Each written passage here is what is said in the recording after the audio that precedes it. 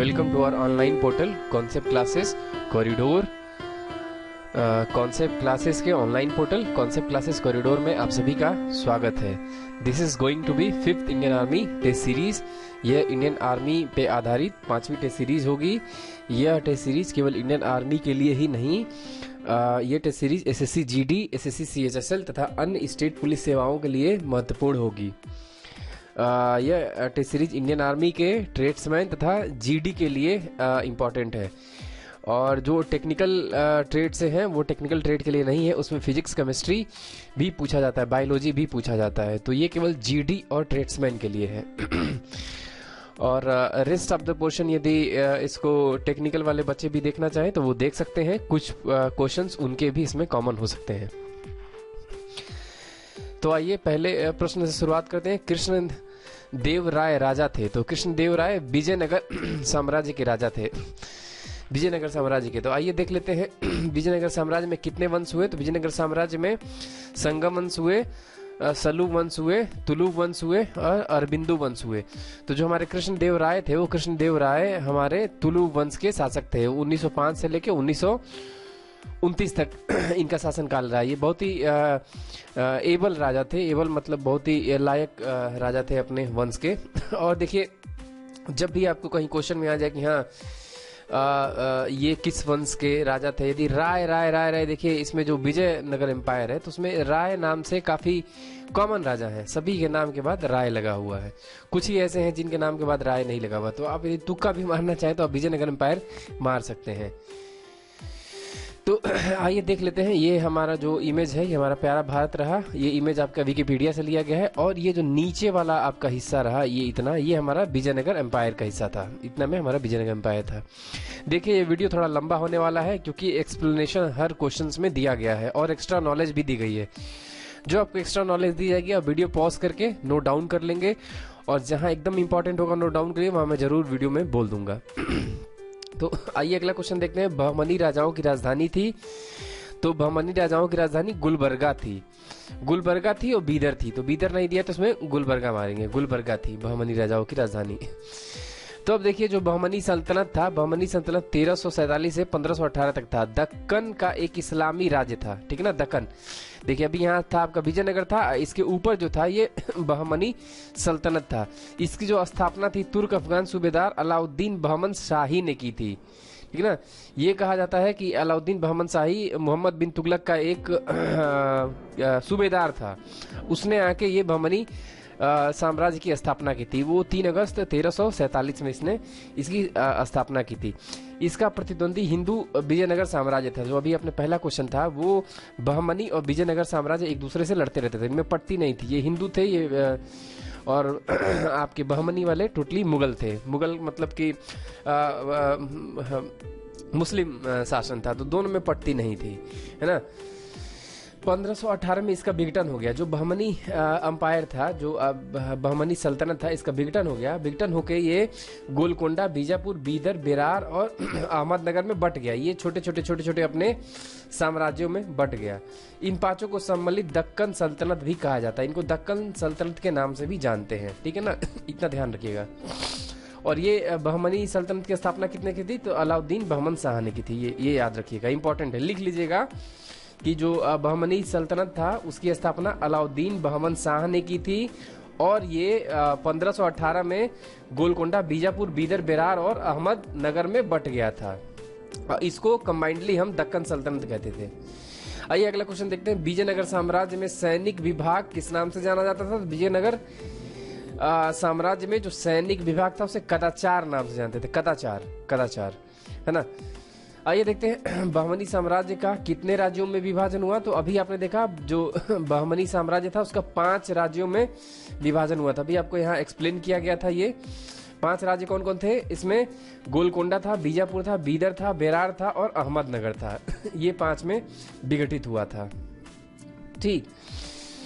हाँ देखिए यहाँ पे लिखा भी है, बहमनी सल्तनत का अंतिम शासक कलीमुल्ला था। कलीमुल्ला, उसने 1526 से लेकर 1538 ईस्वी तक शासन किया। उसके कार्यकाल में बहमनी साम्राज्य 5 राज्यों बेरार, बीजापुर, अहमदनगर, गोलकोंडा और बीदर में विभाजित हो गया। आइए देखते हैं अहमदनगर की स्थापना किसने की। अगला क्वेश्चन है, अहमदनगर की स्थापना अहमद शाह प्रथम ने की थी। अहमद शाह बहादुर शाह मोहम्मद शाह का पुत्र था, ठीक ना। जो मोहम्मद शाह रंगीला जिनको कहा जाता है वो मोहम्मद शाह के पुत्र थे ये अहमद शाह।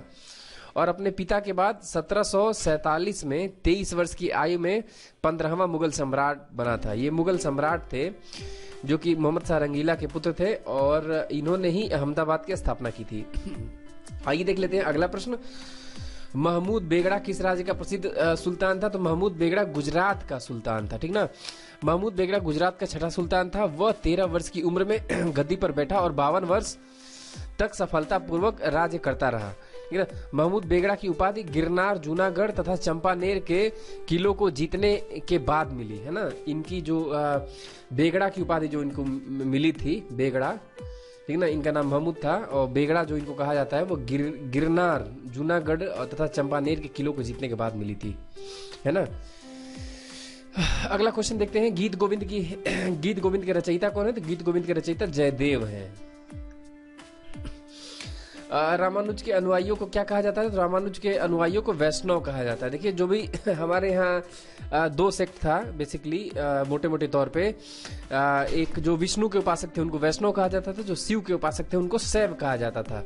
तो जो विष्णु के उपासक आप देखते पहचान जाएंगे, वो अपने माथे पे 3 ऐसे खड़ी लाइनों से टीका करते हैं। उनके माथे पे ऐसे 3 ऐसे एक 2 लाइन ऐसे गई होंगी और बीच में एक लाइन आती है, तो उससे हम जान जाते हैं जो खड़े टीके वाले होते हैं वैष्णव होते हैं।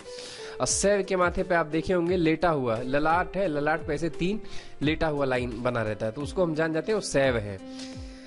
तो आइए देख लेते हैं, जो रामानुज के अनुयायी थे उनको वैष्णव कहते हैं। रामानुज सगुण ईश्वर के उपासक तथा प्रसिद्ध वैष्णव आचार्य थे, है ना, प्रसिद्ध वैष्णव आचार्य थे, ठीक। दक्षिण भारत में वैष्णव धर्म के प्रचार प्रसार में रामानुज की महत्वपूर्ण भूमिका है, ठीक ना। जो वैष्णव धर्म थे उसके प्रचार इन्होंने दक्षिण भारत में जाकर किया। रामानुज वल्लभाचार्य एवं चैतन्य ने धर्म में भक्ति पक्ष को अधिक महत्व दिया। रामानुज ने शंकराचार्य के अद्वैत के विरोध में कुछ उपनिषद ग्रंथों के आधार पर विशिष्ट द्वैतवाद सिद्धांत का प्रतिपादन किया। बस आप जान जाइएगा कि इन्होंने दक्षिण भारत में वैष्णव धर्म का काफी प्रचार किया, है ना। और इनका जो सिद्धांत था वो विशिष्ट अद्वैतवाद था, शंकराचार्य के विरोध में था इनका। शंकराचार्य का जो सिद्धांत था अद्वैतवाद था, जो इनका था रामानुज का वो विशिष्ट अद्वैतवाद था सिद्धांत।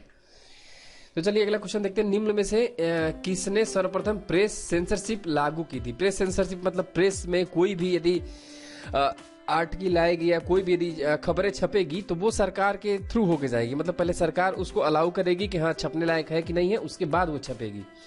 तो लॉर्ड वेलेस्ली ने किया था, लॉर्ड वेलेस्ली।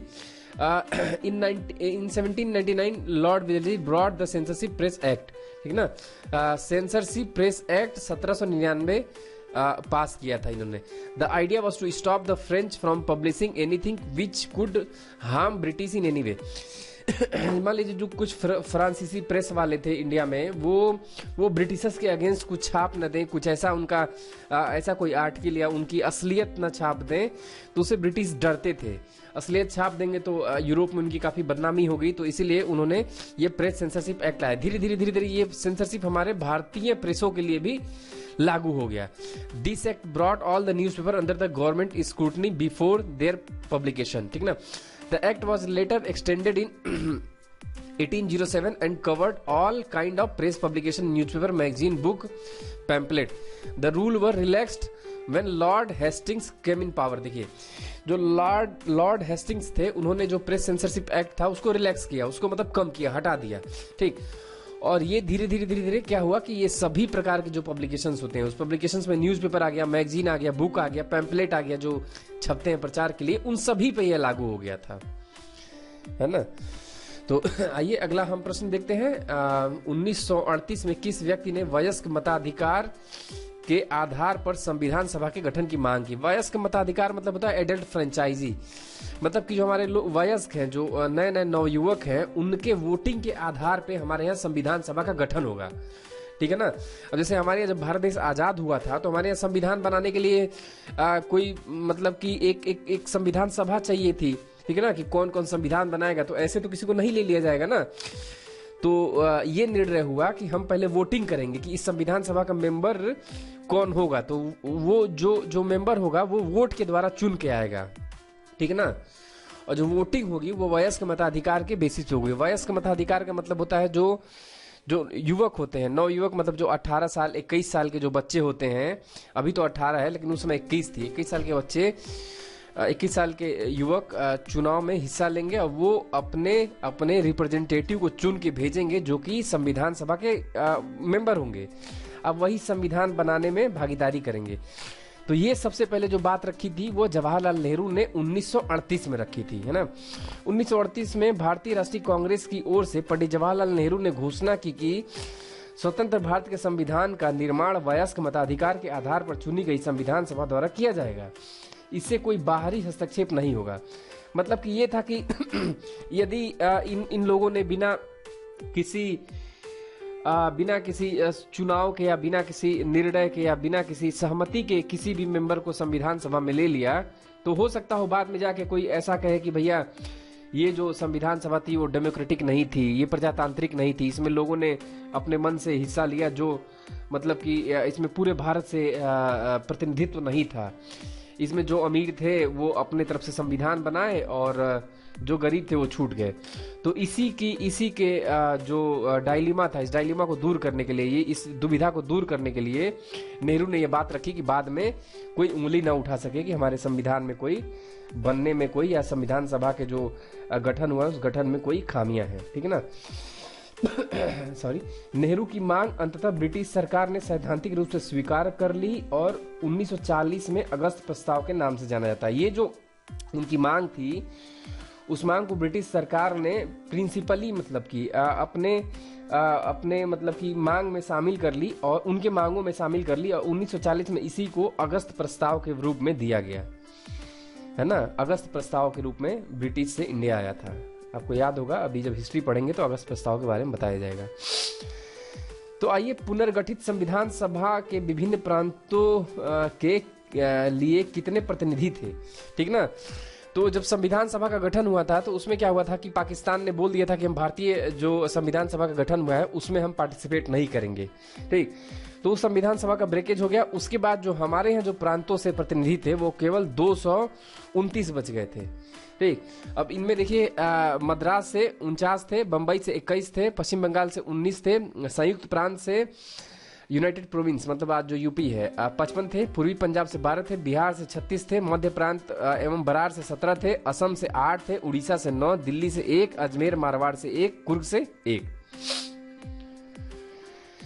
तो आइए अगला प्रश्न देखते हैं। भारत के संविधान की प्रस्तावना में प्रथम संशोधन कब किया गया? तो भारत के संविधान की प्रस्तावना मतलब प्रियम्बल जो होता है, प्रियम्बल में 1776 में किया गया, 42वें संविधान संशोधन के तहत किया गया, ठीक है ना। प्रस्तावना, प्रियम्बल को भारतीय संविधान का परिचय पत्र कहा जाता है, ठीक ना। प्रस्तावना का मतलब, प्रस्तावना हमारे संविधान का हिस्सा नहीं है, लेकिन प्रस्तावना क्या होता है ना कि हमारे संविधान का एक पहचान है। मतलब कि कोई भी प्रस्तावना पढ़ के जान जाएगा कि संविधान का मूल मकसद क्या है, संविधान क्या कहना चाहता है ना। और प्रस्तावना हमारे, ध्यान रखिएगा, ये यूपीएससी IAS में क्वेश्चन आ चुका है कि प्रस्तावना हमारे संविधान का हिस्सा है या नहीं है। संविधान का हिस्सा नहीं है, ठीक है ना। और देखिए, फिर यहाँ तक हम पढ़ चुके हैं। परिचय पत्र कहा जाता है। सन 1976 में 42वें संविधान संशोधन अधिनियम द्वारा इसमें संशोधन किया गया था, जिसमें 3 नए शब्द समाजवादी, धर्मनिरपेक्ष और अखंडता जोड़ा गया था, ठीक है ना। सेक्युलर, इंटीग्रिटी एंड ये आपका हो जाएगा धर्मनिरपेक्षता की इंग्लिश होती है। देखिए, इंग्लिश हिंदी दोनों में ले चलने में बहुत दिक्कत होती है। तो सेक्युलर होता है, ठीक ना, धर्मनिरपेक्षता का मतलब। समाजवादी का मतलब होता है सोशल, और अखंडता का मतलब होता है इंटीग्रिटी। ये 3 शब्द जोड़े गए थे, ध्यान रखिएगा। ये इजी क्वेश्चन आ सकता है, लिख लीजिए कि 42वें संविधान संशोधन के तहत संविधान में कौन कौन से 3 शब्द जोड़े गए थे। तो समाजवादी, धर्मनिरपेक्ष और अखंडता जोड़ा गया था। और ये सवाल तो है ही है, इसको आप जो हमने यहाँ साइड में लिखा है ना, वो आप लिख लीजिएगा क्वेश्चन के एक्सप्लेनेशन में। भारत में वैध प्रभुसत्ता निहित है, तो भारत में वैध प्रभुसत्ता संविधान में निहित है। संविधान में, संविधान को ही बोला जाता है कि संविधान हमारे यहाँ सुप्रीम है। अविश्वास प्रस्ताव किस सदन में लाया जाता है? तो अविश्वास प्रस्ताव लोकसभा में लाया जाता है। अविश्वास प्रस्ताव यही होता है जब विपक्ष को लगता है कि सरकार हमारी मेजोरिटी में नहीं है, जो हमारी सरकार चल रही है उसके पास सांसद उतने नहीं हैं जिससे कि वो सरकार बनी रहे, तो हमारा विपक्ष हमारा अविश्वास प्रस्ताव लाता है, ठीक है ना। तो उसमें जब अविश्वास प्रस्ताव पास हो जाता है तो हमारे यहाँ सरकार को अपना नंबर दिखाना पड़ता है, ठीक है ना, कि देखिए हमारे पास नंबर है।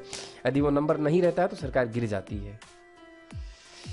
भारत में किस प्रकार की विद्युत का सर्वाधिक उत्पादन होता है? तो भारत में ताप विद्युत का मतलब कि जो थर्मल पावर है उसका ज्यादा उत्पादन होता है। अगला प्रश्न है, भारत का सबसे बड़ा खनिज तेल क्षेत्र कौन सा है? तो भारत का सबसे बड़ा खनिज तेल क्षेत्र बॉम्बे हाई, जिसको हिंदी में बोलते हैं बम्बई अपतट क्षेत्र है, ठीक ना। अब देखते हैं कोयला उत्पादन देश में भारत का स्थान है। तो कोयला उत्पादन में देशों में भारत का स्थान तीसरा है, ठीक ना, 3rd प्लेस है भारत का। भारत की कृषि भूमि का कितना प्रतिशत भाग सिंचित है? तो भारत की कृषि भूमि का 1/3 भाग सिंचाई योग्य है। मधुमलाई पशु विहार प्रसिद्ध है। तो मधुमलाई पशु विहार बाघों के लिए प्रसिद्ध है मधुमलाई। आइए देख लेते हैं, राजाजी राष्ट्रीय पार्क एक प्राकृतिक आवास है। राजाजी राष्ट्रीय पार्क एशियाई हाथियों का एक प्राकृतिक आवास है। तो आइए देख लेते हैं, राजाजी राष्ट्रीय उद्यान के देहरादून में स्थित है। देहरादून से कुछ किलोमीटर पे स्थित है ये। यह उत्तराखंड के प्रमुख पर्यटन स्थलों में से है।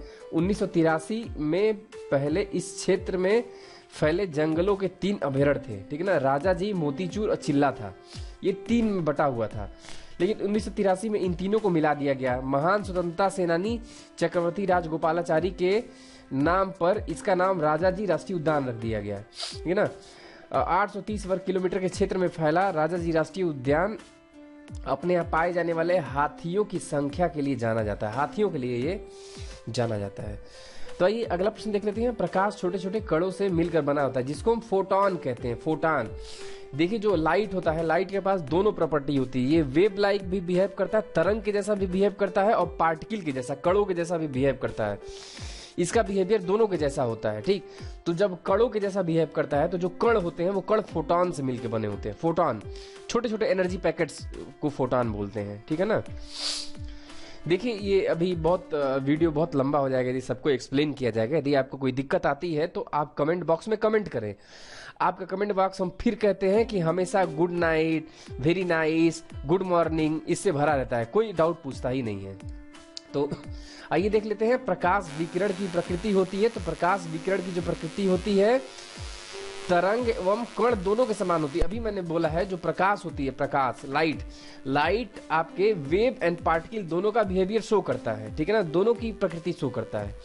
यानी कि वेव मतलब हो गया तरंग और पार्टिकल मतलब हो गया कण, दोनों का बिहेवियर शो करता है। याद रखिएगा, ये वेव पार्टिकल ड्यूअलिटी आपकी फिजिक्स में पढ़ाई जाती है। जब आप एडवांस फिजिक्स में पढ़ते हैं तो ये बताई जाती है हाइजेनबर्ग अनसर्टेनिटी प्रिंसिपल में, ठीक।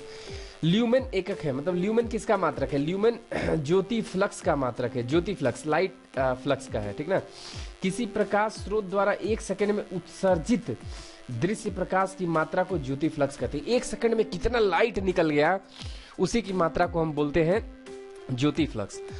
और ज्योति तीव्रता का मात्रक कैंडेला है, कैंडेला। ये सभी फिजिक्स में आपको पढ़ाया जाएगा। यदि आपको डाउट होगा तो फिजिक्स की क्लास ले ली जाएगी, आप कमेंट करिएगा। प्रकाश की गति किसका बीच जाते हुए न्यूनतम होती है? तो प्रकाश की गति कांच में जाते हुए न्यूनतम होती है, क्योंकि कांच का रिफ्रैक्टिव इंडेक्स ज्यादा होता है, ठीक है ना। जिसका रिफ्रैक्टिव इंडेक्स ज्यादा होगा उसमें प्रकाश की गति घटती जाएगी। वायु में प्रकाश की चाल होती है 3.8 होती है, 3.3 होती है मीटर पर सेकंड। निर्वात में भी लगभग वही होगी, जल में थोड़ी सी घट जाएगी, लेकिन कांच में एकदम कम हो जाती है। निम्नलिखित तिथियों में से किसमें दोपहर का आपकी छाया सबसे छोटी होगी? देखिए हम इंडिया में हैं, तो इंडिया में क्या होता है कि जून जुलाई में सूर्य हमारे सबसे एकदम सर के टॉप पे होता है जून में। तो 21 जून को जब मान लीजिए हम, कहाँ ये पेन, हाँ, तो देखिए मान लीजिए ये हम है, इंसान है ये, ठीक।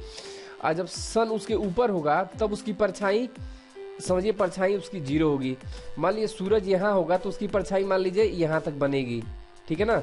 और जैसे जैसे सन यहाँ पे चला जाएगा तो उसकी परछाई एकदम बड़ी बनेगी, ठीक है ना, यहाँ से लेके यहाँ तक, ठीक। तो 21 जून को हमारे यहाँ सूर्य हमेशा हमारे टॉप पे होता है। जब टॉप पे होगा तो परछाई सबसे छोटी होगी हमारी। तो 21 जून को सूर्य की परछाई, सूर्य जब हमारी परछाई बहुत कम बनाएगा, छोटी बनाएगा, ठीक। तो आइए देख लेते हैं। क्विक सिल्वर के नाम से जाना जाता है। तो क्विक सिल्वर के नाम से मरकरी को जाना जाता है, क्योंकि मरकरी बहुत ही चमकीला होता है, बहुत ही चमकीला, और बहुत ही मतलब कि आप उसे लिक्विड फॉर्म में होता है, तो उसे क्विक सिल्वर कहते हैं मरकरी को। अगला देखते हैं, निम्न में से कौन कठोरतम धातु है। तो निम्न में से टंगस्टन सबसे कठोरतम है। आपको कहीं मिल जाएगा प्लेटिनम, लेकिन प्लेटिनम नहीं है, टंगस्टन सबसे कठोरतम है, ठीक है ना। धातुओं का राजा किसे कहा जाता है। धातुओं का राजा सोने को कहा जाता है। सोना को आप जान सकते हैं क्यों कहा जाता है, कि सोना सबसे स्टेबल, उसमें कोई रस्टिंग नहीं होती है। रस्टिंग मतलब उसमें जंग नहीं लगता है, इसका डीके नहीं होता है, और पाया भी जाता है। जो जब इसका एक्सट्रैक्शन किया जाता है तो ये लगभग अपने प्योरेस्ट फॉर्म में पाया जाता है। इसको अपने उसमें लाने के लिए, आभूषण बनाने के लिए उतनी ज़्यादा इसके एक्सट्रैक्शन मतलब कि इसमें जो प्रोसेसिंग होती है उसकी जरूरत नहीं पड़ती है। तो इसीलिए धातुओं का राजा कहा जाता है। यही एक धातु है जो बहुत कम डीके होता है, बहुत कम इसका अपघटन होता है, ठीक। अपघटन का मतलब जंग बहुत कम लगता है। सफेद स्वर्ण के नाम से जाना जाता है। तो सफेद स्वर्ण के नाम से प्लेटिनम को जाना जाता है। अगला देखते हैं, धान का खैरा रोग किस तत्व की कमी से लगता है। तो धान का खैरा रोग जस्ता की कमी से लगता है, जिंक की कमी से। ये सभी जानते होंगे, जो हमारे भाई बंधु गांव से हैं उनको मालूम होगा। अब देखिए, ये है कि कुछ विद्यार्थी मिठाई के लिए एक पंक्ति में खड़े हैं, ठीक ना। यदि जितनी पंक्तियां हो उतने ही विद्यार्थी हो। जैसे मान लीजिए कि 3 पंक्तियां हैं, ठीक है ना, 3 पंक्तियां हैं, तो हर पंक्ति में 3 विद्यार्थी हैं, ठीक है ना। 3 3 3 3, ठीक ना, 3 3 3। तो टोटल विद्यार्थी कितने हो गए, 3 × 3, है ना।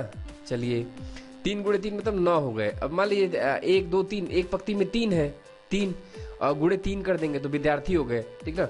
खड़े हो, और उतने ही लड्डू प्रत्येक विद्यार्थी को दिए जाते हैं, यानी कि एक विद्यार्थी को 3-3 लड्डू दिया जाएगा। इसको भी 3 देंगे, इसको भी 3 देंगे, इनको भी 3 देंगे, ठीक है ना।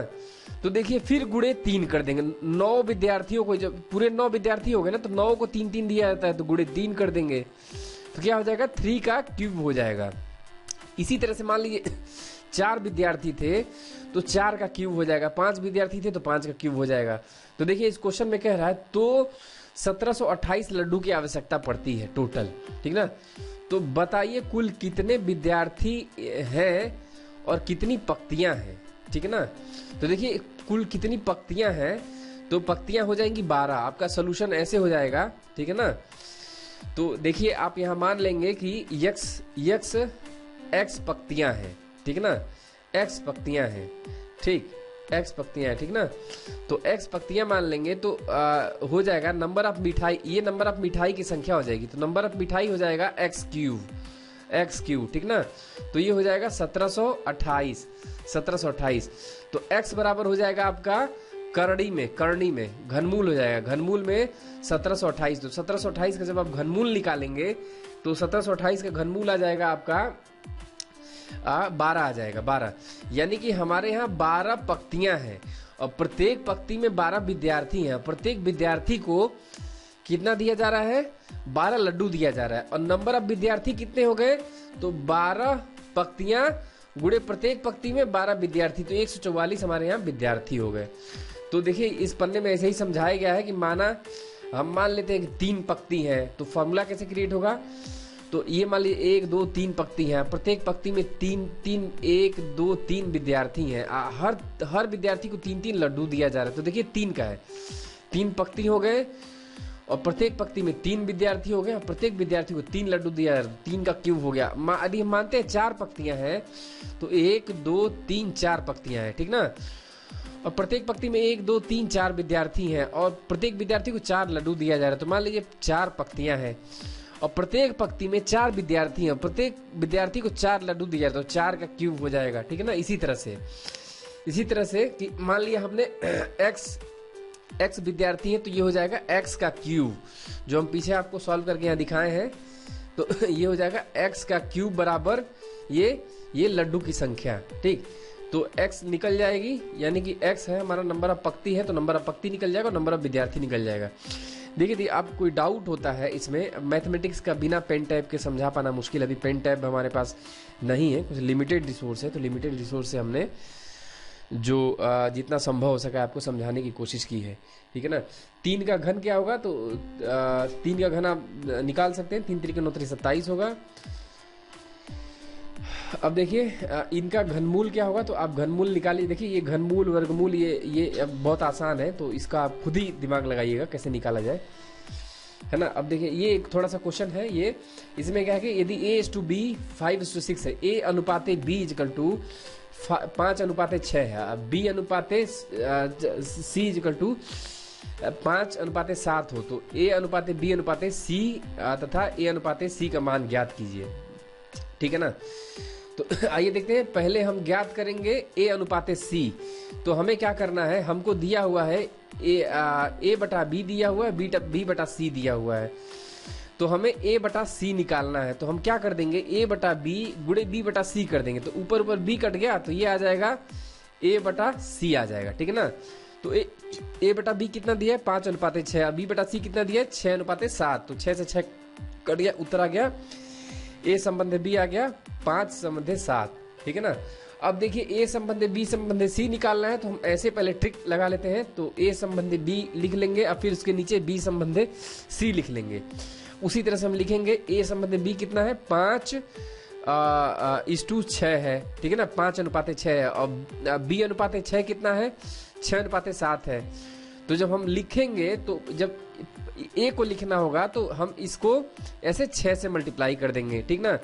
अब इसको लिखना होगा B को, तो ये 6 गुणे 6 कर देंगे, और जब C को लिखना होगा तो 6 गुणे 7 कर देंगे, ठीक है ना। ऐसे ऐसे एरो बना के मल्टीप्लाई करते हैं। तो इसका गुणा इससे करके लिख लेते हैं A को, फिर इसका गुणा इससे करके लिख लेते हैं B को, फिर इसका गुणा इससे करके लिख लेते हैं C को। तो हो गया 30:36:42, है ना। ऐसे ऊपर नीचे लिख लीजिएगा, फिर यहाँ एरो बना के फिर यहाँ एक एरो बना दीजिएगा, ठीक ना।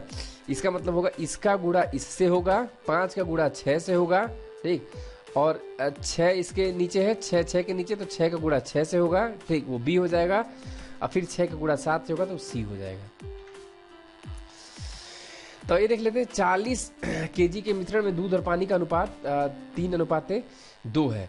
इसमें 14 kg पानी और अधिक मिलाया जाता है, तो मिश्रण में दूध और पानी का अनुपात क्या होगा, ठीक है ना। इसमें अनुपात पूछा है, तो अभी हम बताते हैं। देखिए ये ऑप्शंस गलत दिए हुए हैं, तो देखिए ये 3:5 है, ठीक है ना। तो इसका हम दोनों को जोड़ लेते हैं, यानी कि 5 यूनिट की वैल्यू 70 है, ठीक है ना, 70 है, ठीक। तो अब देखिए 5 यूनिट की वैल्यू 70 है, तो दूध कितना यूनिट है, 3 यूनिट है, तो 3 यूनिट की वैल्यू कितनी, तो 5 यूनिट है, तो हम निकाल लेंगे 1 यूनिट की वैल्यू कितना हो जाएगा, तो 1 यूनिट की वैल्यू 14 हो जाएगी, ठीक है ना। तो दूध कितना है, दूध है 3 यूनिट है, तो 3 यूनिट की वैल्यू कितनी हो जाएगी, 14 3 42, यानी कि दूध क्या है 42 kg है। अब पानी कितना है, 2 यूनिट है, ठीक ना, 2 यूनिट है पानी, तो पानी कितना हो जाएगा, 14 28, यानी कि 28 kg पानी हो जाएगा। अब इसमें हम और 14 पानी ऐड कर रहे हैं, तो 28 और 14 कितना हो जाएगा, 42, यानी कि पानी भी हो जाएगा 42। तो देखिए यहाँ पे है, यहाँ पे हमने सॉल्व किया है, ठीक। ये मिश्रण है 40 kg का, दूध और पानी का 70 kg का मिश्रण है। इस 70 kg में दूध और पानी का अनुपात है 3:2 है, ठीक है ना। तो देखिए टोटल हम 3 और 2 को जोड़ देते हैं, 5 यूनिट, तो 5 यूनिट का जो भार है वो 70 kg है, तो हम 1 यूनिट का निकाल लेते हैं। 1 यूनिट का भार कितना हो जाएगा, 14 kg। तो अभी पता है हमको, तो 70 kg में 3 यूनिट था, दूध था, तो 14 गुणे 1 यूनिट का भार गुणे 3, यानी कि 42 kg दूध हो जाएगा, और उसमें 14 गुणे 2 से मल्टीप्लाई कर देंगे, 2 से, तो 28 kg पानी हो जाएगा। अब क्या है कि 14 kg पानी मिलाया जाता है, यानी कि 28 पानी पहले से था, 14 और मिला दिया गया, तो 42 kg पानी हो गया, ठीक। अब नए मिश्रण में पहले से क्या था, 42 kg दूध था, 42 kg पानी हो गया, तो मिश्रण का अनुपात हो गया 1:1। तो देख लेते हैं, किसी वस्तु के मूल्य में 20% की बढ़ोतरी पर बिक्री में 30% की कमी हो तो आय में कितने परसेंट की वृद्धि या कमी होगी। तो आइए देख लेते हैं। हम मान लेते हैं कि उसका जो वस्तु था, वस्तु का जो मूल्य था वो x था, ठीक है ना, पहले से। अब क्या है कि हमने क्या हुआ कि इसका 20% बढ़ा दिया, तो 20% जब बढ़ाया तो उसका जो मूल्य हो जाएगा 1.2x हो जाएगा, ऐसे, ठीक ना। तो x है, x का हमने 20% बढ़ा दिया तो 1.2x हो जाएगा। अब कह रहा है कि हमारा जो सेल था, जो हमारी बिक्री थी वो 30% घट गई, 30% गिर गई। यानी कि हमारा इतनी बिक्री होनी थी, हमारा वो 1.2x होनी थी, इसका 30% गिर गया, ठीक है ना। तो 1.2 का यदि 30% गिर जाता है तो हमारी बिक्री हुई 0.84x हुई, ठीक है ना, 0.84x हुई। तो अब बोल रहा है कि यदि इतनी बिक्री गिर गई तो आपको लाभ या हानि कितना हुई। तो देखिए हमारा तो पहले x था, ठीक है ना, x होना था, ठीक। तो x से हमारा यहाँ आ गया, ठीक है ना, इतने पे आ गया, है ना। तो देखिए जैसे हमने पहले हमने क्या हुआ, रेट बढ़ाया तो 1.2x हमको आना था, ठीक है ना, इतना नहीं आया, ठीक। यदि 1.2x आता तो हमको प्रॉफिट कितना हुआ होता, 20% का हुआ होता, ठीक है ना। लेकिन हमको 1.2x नहीं आया था, 1.2x से 30% कम आ गया। तो 1.2x से 30% कम आया तो हमको कितना मिला पैसा, कुल 0.84x मिला, ठीक ना। तो अब प्रॉफिट कितने का हुआ, तो अब जोड़ लेंगे 0.84x minus x upon x equal to minus 16%, यानी कि हमें लॉस हुआ, माइनस आया ना तो इसका मतलब लॉस हुआ 16% का। शायद ये इसमें ऑप्शन यहाँ भी गलत है, तो प्रतिशत पूछा है तो 16% का लॉस हुआ। तो आइए देखते हैं किसी वस्तु के मूल्य में कितना प्रतिशत बढ़ा लिया जाए कि 20% बट्टा देने पर भी 20% का लाभ हो। तो ये आपका आंसर आएगा 50%। तो आइए इसको भी देख लेते हैं। तो ये पूछ रहा है कि किसी वस्तु को कितना परसेंट बढ़ा लिया जाए कि 20% का बट्टा देने के बाद भी। मान लीजिए कि हमने वस्तु का मूल्य कर दिया है 100 रुपये, बढ़ा के 100 रुपया कर दिया, ठीक ना। अब 100 रुपये पे कह रहा है कि 20% का बट्टा दो, यानी कि छूट दो। तो 100 रुपये पे यदि 100 का यदि हम 20% बट्टा देंगे तो 80 रुपये में बेचेंगे, ठीक ना। अब ये कह रहा है कि 80 रुपये में बेचने पर भी 20% का लाभ हो, ठीक ना।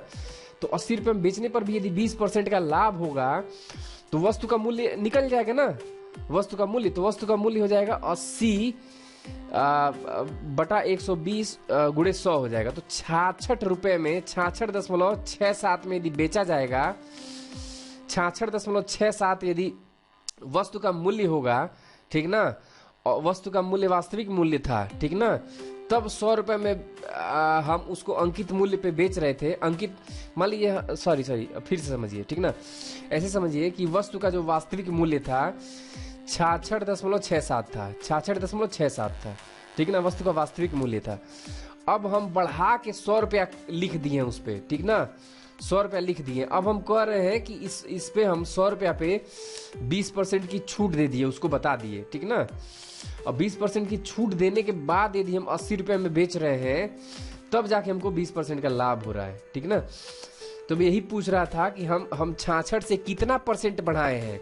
तो 66 से यदि हम नंबर पूछेगा तो 66 से हमने 100 रुपये बढ़ा दिया, लेकिन प्रतिशत कितना बढ़ाया है, तो वही है 100 माइनस 66.67 अपन 66.67 इक्वल टू 50% आएगा, ठीक। आइए देख लेते हैं। एक बनिया माल खरीदते व बेचते समय दोनों में 10% की ठगी करता है, तो बताइए कितने प्रतिशत लाभ उठाता है। तो देखिए हम मान लेते हैं कि बनिया ईमानदार बनिया होगा तो 100 ग्राम खरीदेगा, ठीक है ना, लेकिन बनिया ईमानदार नहीं है, 100 ग्राम के जगह पे वो खरीद रहा है 110 ग्राम खरीद रहा है, ठीक ना, ठगी करके। पैसा तो दिया है 100 ग्राम का, लेकिन ठगी में 110 ग्राम उसके जेब से गया है 100 ग्राम, ठीक ना, और ले लिया है 110 ग्राम। अब जो 110 ग्राम, अब क्या है कि जो बेचते समय भी वो 10 ग्राम का 10% का फायदा उठा रहा है। यानी कि यदि 110 ग्राम बेचना है तो 110 ग्राम नहीं बेच रहा है, 110 ग्राम के जगह पे कह रहा है 121 ग्राम हम बेच रहे हैं, ठीक है ना, ठीक है ना। लोगों को बोलेगा कि हम 121 ग्राम दिए, मान ले किसी को चाहिए होगा 110 ग्राम, ठीक, तो वो 121 ग्राम बोल के दे देगा, ठीक ना। वो बोलेगा कि नहीं किसी को चाहिए, मान लो वो सामान बेचने गया तो 110 ग्राम के जगह पे 121 ग्राम को पैसा ले लेगा लोगों से, ठीक ना। तो उसको पैसा मिला 121 ग्राम का, उसके जेब से गया है 100 ग्राम, ठीक। तो लाभ कितना होगा, 121 माइनस 100 अपान 100, 21% का लाभ होगा उसको। ठीक, 21% यहाँ ऑप्शन आ जाएगा डी में। तो देखिए जितना जाता है उसके जेब से उसी पे उसको लाभ निकालना है ना, इतना ही उसके जेब से खर्चा हुआ है ना, बाकी तो उसके जेब में बचा है जो इन दोनों का माइनस है। ठीक है ना, तो उसी पे हम लाभ हानि निकालते हैं, तो 21% का आएगा। तो आइए देख लेते हैं, राम किसी काम को 10 दिन में तथा श्याम उसी काम को 15 दिन में पूरा करता है, तो दोनों मिलके काम को कितने दिन में पूरा करेंगे, तो आप निकाल लेंगे। ठीक ना, एक दिन में राम कितना काम करता है, तो एक दिन में राम का काम हो जाएगा 1/10, और एक दिन में श्याम का काम हो जाएगा 1/15। ठीक है ना, तो दोनों का हम काम को जोड़ देंगे, तो एक दिन में दोनों का काम आ जाएगा, कितना आ जाएगा, 1/10 अपान 1/15। ठीक है ना, दोनों का काम आ जाएगा 1/10 अपान 1/15, तो यानी कि ये हो जाएगा आपका 25/150। ठीक है ना, 25/150, यानी कि 1/6, यानी कि दोनों मिलके एक दिन में काम का 1/6 हिस्सा कर लेते हैं, तो काम को पूरा करने में कितना समय लगेगा, 6 दिन लगेगा। इसका जस्ट उल्टा कर देते हैं, एक दिन में काम 1/6 है ना, तो काम को पूरा करने में जो समय लगता है इसी का जस्ट उल्टा कर देंगे एक दिन के, तो वो 6 दिन लगेगा, ये ऑप्शन। ठीक, तो ये देख लेते हैं, 80 मीटर लंबी रेलगाड़ी 20 मीटर लंबे पुल को 45 किमी प्रति घंटे की चाल से पार कितने समय लगेगा। ठीक है ना, तो पहले ये किलोमीटर पर घंटे को हम मीटर पर सेकंड में कन्वर्ट कर लेंगे, तो 45 गुणे 5/18 मीटर पर सेकंड में कन्वर्ट करने के लिए आपको पहले बता दिया गया है, आप पुराने वीडियोस देखिएगा आपको मालूम चल जाएगा। 45 किलोमीटर पर घंटा दिया है, तो इसको मीटर पर सेकंड में कन्वर्ट करने के लिए 5/18 से गुणा कर देंगे, तो ये वैल्यू आ जाएगी। अब क्या है कि ये इतनी मीटर लंबी रेलगाड़ी है, तो हम क्या करेंगे कि जो रेलगाड़ी की लंबाई है और पुल की लंबाई दोनों को जोड़ देंगे, तो हो जाएगा ये आपका 220 + 80 300 हो जाएगा, यानी कि 300 मीटर पार करता है इतने समय में, यानी कि ये हो जाएगा आपका, आप मल्टीप्लाई करोगे तो ये आपको आ जाएगा, तो ये मल्टीप्लाई करके आप देख लेना, आपका आंसर आ जाएगा 24 सेकंड आ जाएगा। ठीक है ना, तो चलिए हम आपको यहाँ बता देते हैं सलूशन डाल के। तो ये आप यदि मल्टीप्लाई करेंगे तो 45 × 5 और डिवाइडेड बाई आपका 18 हो गया, तो ये आ जाएगा 12.5। ठीक है ना, यानी कि 12.5 मीटर पर सेकेंड, 12.5 मीटर पर सेकेंड चाल है, और दूरी कितनी है, दूरी है 300, यानी कि 300 मीटर की दूरी 12.5 मीटर पर सेकेंड में तय करती है। तो समय, चाल बराबर आप जानते हैं, चाल बराबर दूरी बटा समय, तो समय बराबर हो जाएगा दूरी बटा चाल, तो दूरी कितनी है 300 की, और चाल कितना है 12.5, तो 12.5 से भाग दे देंगे तो आ जाएगा 24 सेकंड आ जाएगा, है ना। चलिए 300 दूरी यही है कि हम ट्रेन और पुल की लंबाई जोड़ देते हैं। देखिए सीरीज दी हुई है, बार बार कहते हैं जो सीरीज का क्वेश्चंस होता है, सीरीज के क्वेश्चंस को प्रैक्टिस से ही आएगा, जब आप क्लास में प्रैक्टिस करेंगे। ठीक है ना, हम हमेशा पहले क्या होता है कि सीरीज को देखते हैं, तो सीरीज को देखते समय हम ये देखते हैं कि सीरीज में कौन सा रिलेशन बन रहा है। ठीक है ना, तो अब देखिए यदि हम यहाँ देखेंगे तो ये वाला जो है सीरीज में, यदि हम पहले वाले को हम तोड़ेंगे तो पहले वाले को तोड़ के 0 + 1 = 4 हो रहा है, मल्टीप्लाई कर देंगे ब्रैकेट में, अब 1 + 3 को जोड़ के 4 से मल्टीप्लाई कर देंगे 16 आ जाएगा, 4 + 5 को जोड़ के 4 से मल्टीप्लाई कर देंगे तो 36 आ जाएगा। ठीक है ना, यानी कि इधर वाली जो सीरीज है, इधर वाली आपकी एपी में चल रही है, अर्थमेटिक प्रोग्रेशन में, सब में 2-2 का अंतर आ रहा है। ठीक है ना, सब में 2-2 का अंतर आ रहा है। ठीक, तो आप अब देखिए ये सीरीज वाला क्वेश्चन ऐसे नहीं समझाया जा सकता, सीरीज वाले के लिए बाकायदा आपको क्लास या प्रॉपर मैथमेटिक्स की क्लास लेनी पड़ेगी। सीरीज में एक रिलेशन होता है, उसको फाइंड करना पड़ता है, और जैसे ही आप फाइंड करना सीख गए, फाइंड करना सीखना मतलब कि आप प्रैक्टिस से सीखेंगे, बिना प्रैक्टिस से सीरीज का क्वेश्चन नहीं आ सकता आपको। ठीक है ना, थोड़ा ये डिफिकल्ट सीरीज का क्वेश्चन है, तो पहले आसान से धीरे धीरे करते करते आप डिफिकल्ट क्वेश्चन करना सीख जाएंगे। तो आइए हम अगला देख लेते हैं, एक कट्ठे को वर्ग फीट में व्यक्त करें जबकि जमीन मापने की लग्गी की लंबाई 2 गज है। ठीक है ना, तो वो जब हम करेंगे तो 720 वर्ग फीट आ जाएगा। ठीक, तो आइए यदि किसी समकोण त्रिभुज के समकोण बनाने वाली भुजा की लंबाई क्रमशः 4 और 3 सेंटीमीटर, ये 4 है और ये 3 है और ये वाला समकोण है। तो ये बोल रहा है त्रिभुज का क्षेत्रफल कितना है। तो त्रिभुज का क्षेत्रफल हम जानते हैं आधार गुणे शीर्षलंब। तो आधार क्या है 1/2, हम जानते हैं क्षेत्रफल इक्वल टू होता है 1/2 आधार। आधार क्या है यहाँ 3 है और शीर्षलंब कितना है, शीर्षलंब इसको बोलते हैं 4 है, तो यानी कि 6 वर्ग सेंटीमीटर आ जाएगा। ये गुणा करेंगे, यहाँ काटेंगे तो 2 दूना 4 और 2 3 6, 6 वर्ग सेंटीमीटर आ जाएगा। तो आइए देखते हैं बिहार का राजकीय भाषा क्या है। तो बिहार की राजकीय भाषा हिंदी है पहली और दूसरी जो है उर्दू है, दोनों है। ठीक, बिहार में कितने प्रमंडल है, तो बिहार में 9 प्रमंडल है। पटना है, तिरहुट है, तिरहुट मुजफ्फरनगर को कहते हैं, ठीक, और सारण है, दरभंगा है, कोसी है, पूर्णिया है, भागलपुर है, मुंगेर है और मगध प्रमंडल है। ये बिहार के प्रमंडल आप याद रख लीजिएगा। आर्मी में तो नहीं पूछा जाएगा, लेकिन बिहार पीसीएस के एग्जाम में या बिहार से जुड़ा हुआ जो सिपाही या दरोगा का एग्जाम होता है उसमें पूछ दिया जाएगा। पाटलिपुत्र के संस्थापक कौन थे, तो उदयन को पाटलिपुत्र का संस्थापक माना जाता है। उदयन ने किया था पाटलिपुत्र की स्थापना। बिहार में 1857 की क्रांति के नेता कुंवर सिंह का देहांत कब हुआ था, तो उनका देहांत 26 अप्रैल 1858 को हो गया था कुंवर सिंह का। ठीक, सम्राट अशोक के पिता थे, सम्राट अशोक के पिता बिंदुसार थे।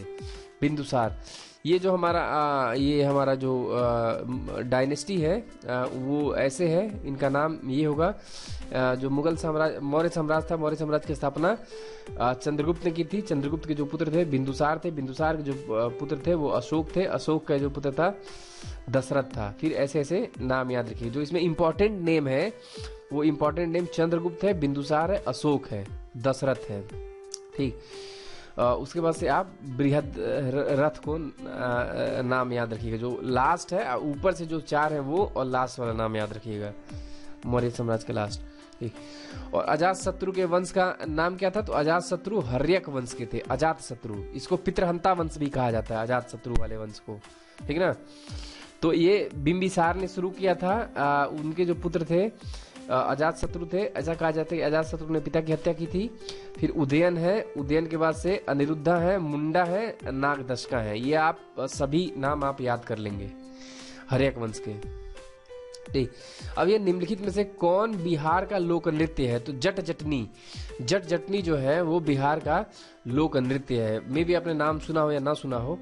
तो आइए कुछ लोक नृत्य का हम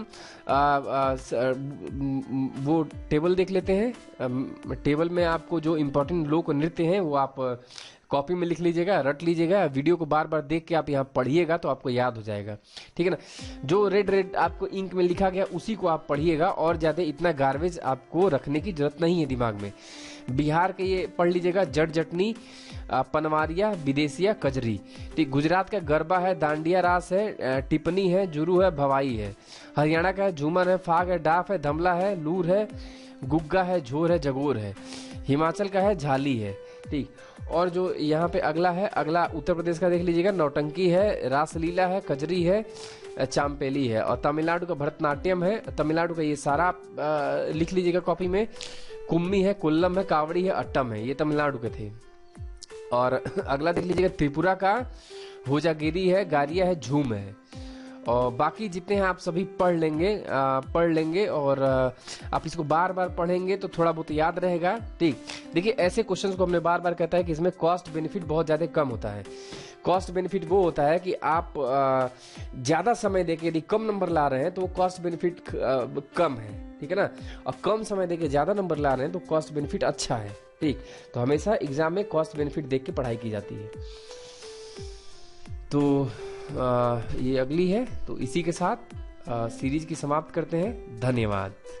आज की सीरीज थोड़ी लंबी रही।